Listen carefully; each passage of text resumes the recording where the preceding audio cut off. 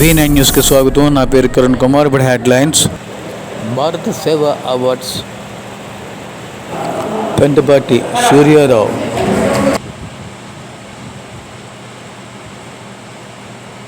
Okay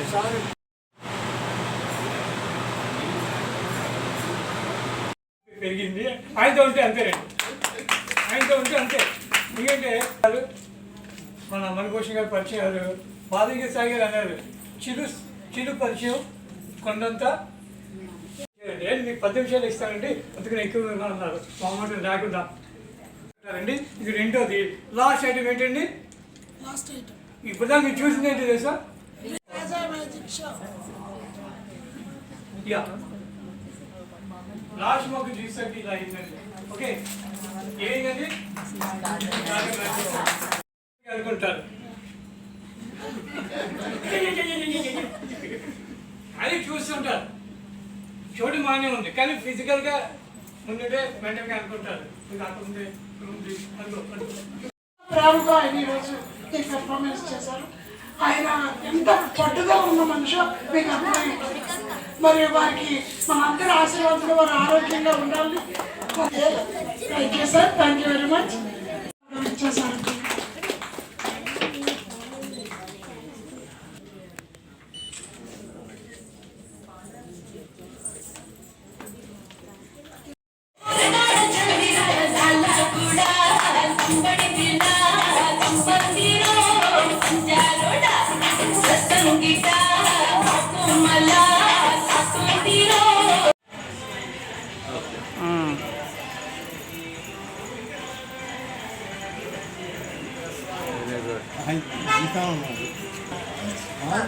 వస్తాం.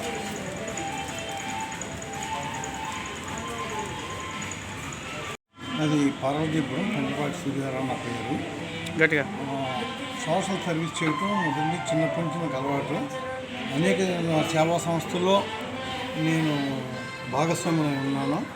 చాలా సేవలు, రెడ్ క్రాస్, వినియోగదారు సంఘం, తర్వాత వైసీ సంఘాలు, హాస్టల్స్, అలాగే డిపార్ట్మెంట్స్లో ఉన్నటువంటి సివిల్ సప్లై డిపార్ట్మెంట్స్లో అడ్వైజరీ కమిటీలో ఉండడం,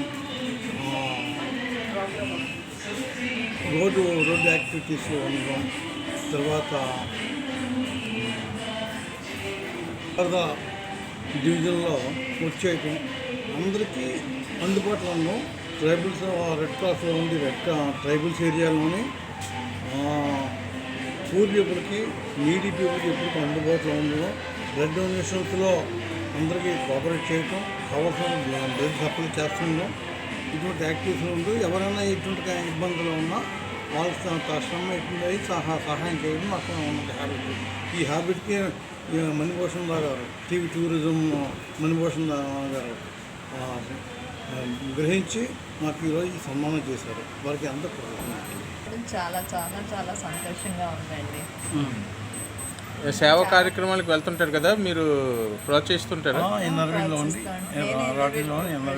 వెరీ గుడ్.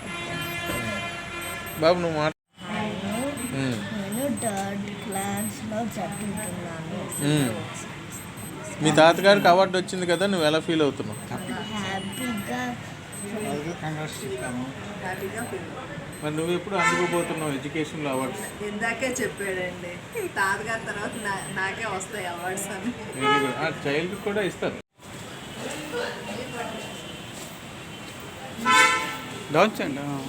బాటిల్ తెచ్చుకుని అందులో వేసి తాగేస్తూ ఉంటుంది. నక్కని నిందుకు పిలిచింది కానీ ఆ నిందు యొక్క ఆనందం దానికి అనుభవం లేదు. కొండ మీద చాలా ఒళ్ళు మండింది. ఇలా ఉందని చెప్పేసి నేను కూడా ఒక నిందు సభ చేస్తాను, మా ఇంటికి రాని కొంగని పిలుస్తుంది. అప్పుడు కొంగ అనుకుంటుంది, ఆహా